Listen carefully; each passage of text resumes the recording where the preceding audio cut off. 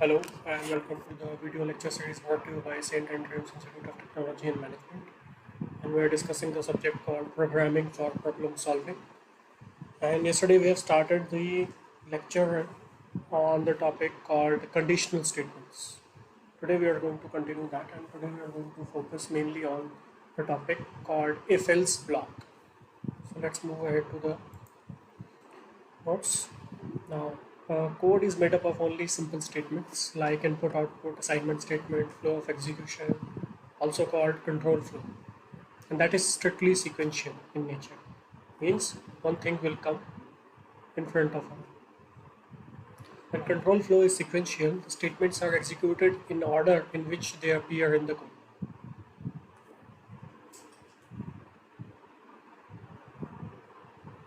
The programming construct used to alter the flow of control in a code form the normal sequences of execution. That is called control structures. That is, the statement 1 will be executed, and then the statement 2, then statement up to the statement n, and then your application will stop at the end. Okay. Now we have three types of control structures. First is your conditional control transfer. Decision statements, we have seen that in the last lecture. That is, if a decision has been made, then on the basis of that decision, the control of the application will be shifted from one syntax line to another syntax line, or you can say from one statement to another statement only. And in that case, maybe some of the statements could be skipped. Next is unconditional control transfer. Now, in unconditional control transfers are like calling a function.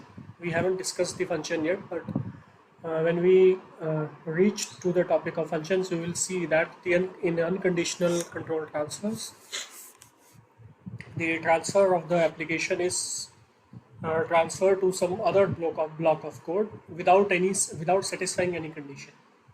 And last is repetitive statements. That is, you're looping. That is, you're doing the same work again and again and again until a condition has been satisfied. Okay, so we'll get on to that in this unit also. Now let's move ahead. First, we'll see the decision making, that is conditional control transfers and branching. Now, in this type of control structures, we have to select one of the two alternate segments of the code depending upon whether a given condition is true or false, as we have discussed yesterday. The if-else block is a very basic example of your conditional control transfer, and for if else statement to work, the condition that has been attached with the if block must be either true or false. Okay, that must be either true or false. Now I'm not going to spend much time on the theoretical part. We have already seen these things. I'm just going to go through the notes and then we'll see a live example. Typical live example of if-else statement. Now, a single element if-else statement will have a flow chart something like this. So in the flow chart, we'll start the application. We'll reach to the point of the condition. We have seen a condition yesterday. If that condition comes out to be true or results in true, then the block that has been written inside the if block, the code that has been written, the statements that are written inside the if block will be executed. And if condition returns to false, in that case we have to skip the code or the statements that are written inside the if block. We have to execute the statements that are written in the else block. Okay. Now the basic syntax is if the conditional statement inside the braces, inside the curly brackets, and then inside the braces the code that is to be executed if this particular conditional expression comes out to be true or not. Okay. So here we have an example. Now inside the main, there is a number that is assigned as a 0 value, and then we have changed the value of the number. That is, we have reached out to the user to input the value of the number using the standard input function. Now, if the number that you have inputted through your keyboard is completely divisible by 2, that is, the remainder that will come out after the division by 2 is equal to 0. That is, your number is even. As you know the definition of even numbers are the numbers which are divisible, which are completely divisible by 2. As you know, this is your remainder function. So the remainder that will came out of by dividing your number by 2 is equal to 0. If this statement comes out to be true, in that case, the statement inside the if block, that is, this printf statement will execute and it will print the number is even number, whatever you have inputted.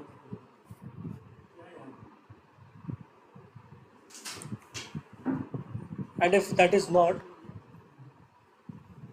the else statement will be executed. If there is one. Now let me tell you, if statement can exist alone without any else statement. Okay. Now let's move ahead to the if else statement. We have already seen those if else statements. That is why I'm rushing through all this. Now in if else statement, your flow chart, your control will look something like this. That is, we have reached a condition. If that condition comes out to be true, then the code inside this if statement will be, if block will be executed. If comes out to be false, then the code, the statements written inside the else block will be executed. Okay.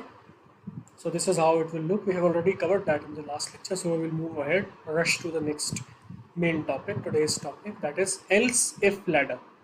Suppose you have a problem, and in that problem you want to test more than one condition.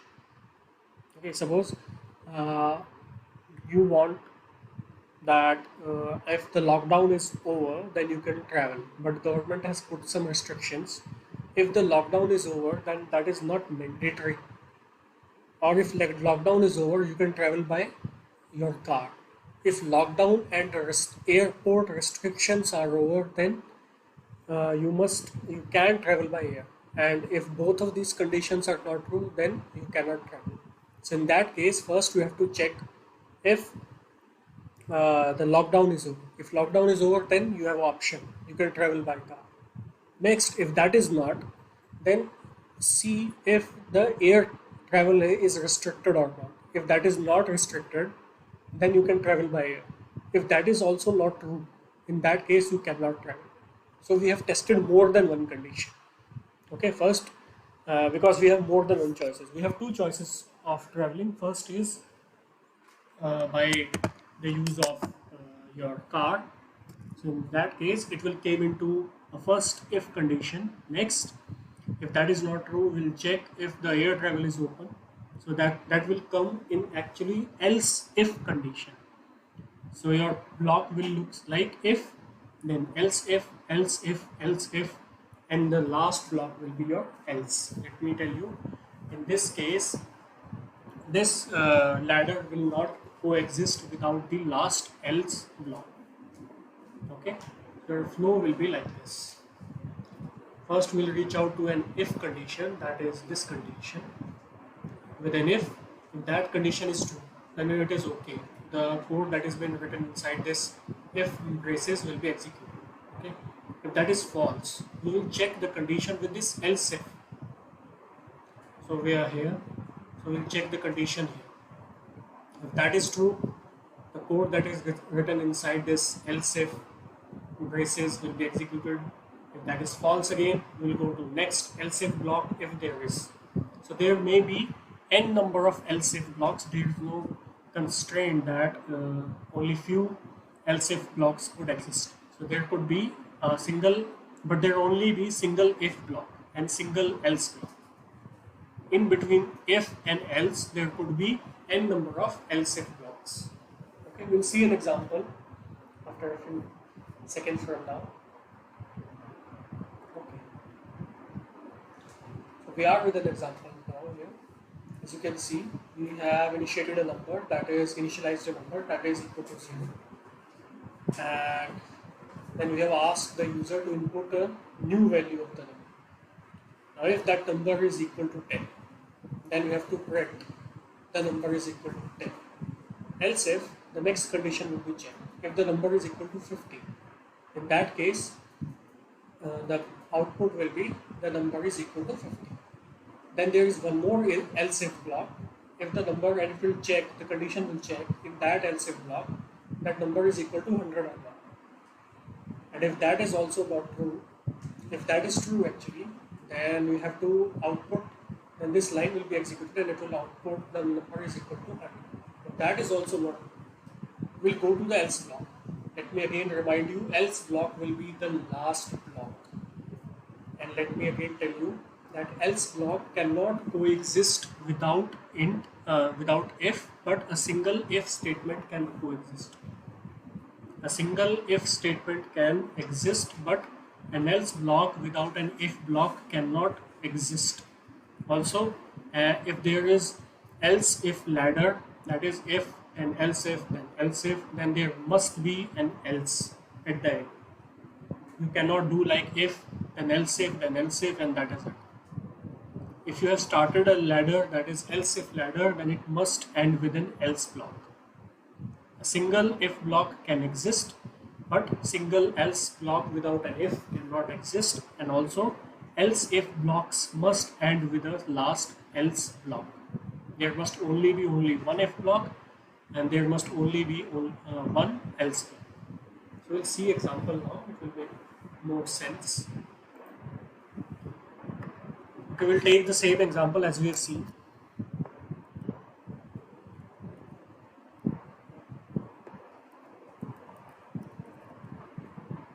So we are calling out our standard input output libraries. Okay, then the main function. Okay, so let's initialize a variable called int, that is a, and I will initialize its value equal to 0. No need to initialize its value, you can only declare its value because we are going to ask the user to input the value. So a printf statement, and we'll write enter the new value of the variable a, and then we'll use standard input function called scanf, percentage %d for integer because our variable a is of type integer, and then the percent standard function, we have used it already. And let me also provide a space here so that this a and the value do not stick to each other. And then let's start with the if block. The first if block, then its condition. Now a is equal to 10. In that case, printf number is equal to 10. The condition, that is a, whether a is equal to 10 or not, the value of a is equal to 10 or not, is true. In that case, the statements written inside these two curly braces will be executed. There can be n number of statements inside these curly braces, there is no limitation. That is up to you. Okay. Then we'll start with an else if block, that is else if. Again, please keep that thing in mind that between else and if there must be a single white space, otherwise it will not work. Now condition again, let's check if else is equal to 50. So again we'll start its curly braces for this else if block. Again I will put a statement there saying that number is equal to 50.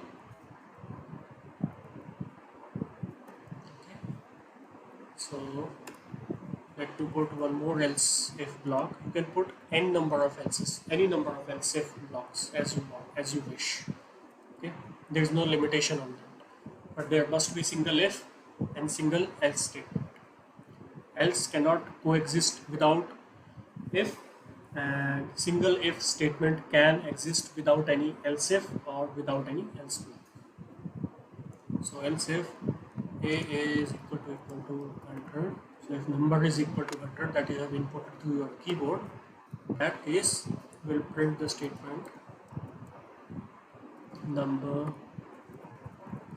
is equal to if the condition, that is whether this number a, the value in this variable a is equal to 100, is true. In that case, these statements will be executed inside these braces for the else if block. If not, then control will move on to the next block. I will put the last else here, and in that I will write number is not known. That is, we don't know what is the number.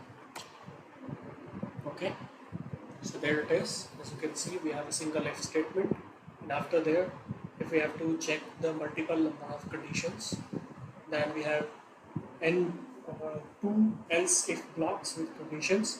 The main difference between else if block and else block is that else if block will work on the basis of condition. As you can see, with else if block we have a condition attached, but with else block we have no condition attached. Okay, so that is the main difference. If will be the starting block.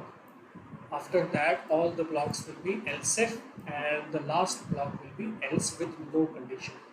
This is the basic structure of your if-else conditional statements or control flow. So control will move on the basis of these conditions. If the condition is true, if the first condition of if statement is true, then these statement will be executed inside this if block, and all other will be skipped.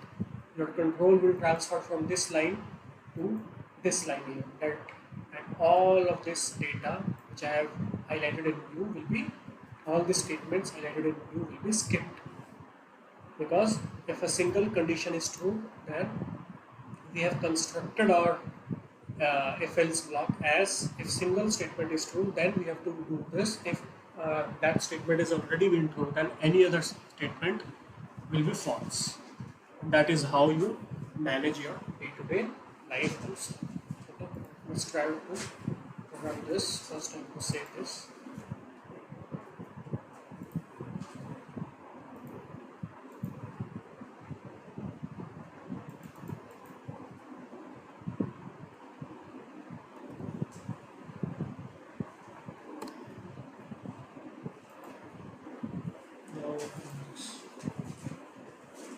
So enter the variable value, let's say I will put 10. Okay, so let me show you what is happening here. I have entered the new value of the variable a is equal to 10. Now after this line we have encountered, the compiler will encounter with this line, the if block, starting of the if block. Now inside this if block, we'll go inside this if block only and only if this condition is true. Now this condition actually checks whether the value of a is equal to 10 or not. And actually the value of a is 10 because we have imported that as such. Now that condition is true. This expression results in true. In that case, the statements inside these braces of the if block will be executed. That is why the printf number is equal to 10 is executed. And there you go. There you have this output. Number is equal to 10. If this condition comes out to be false, then it will check the condition with this else if block. If that also comes out to be false, it will check with this. Okay, and if that also comes in as false, then it will not check anything, but it will simply print this. So if all the conditions are false, in that case else block will be executed, and if not, then if any of the condition has already been satisfied, then the statements below them are skipped. So let's try to go into else block. Let's run this again. This time I will enter the value as 34. That is, the number is not 4. So as you can see, the value of a is 34 now. It is not equal to 10. It is not equal to 50, and it is not equal to 100. So all these three conditions will come out to be false. So the control will never go inside this if block, this else if block, and this else if block.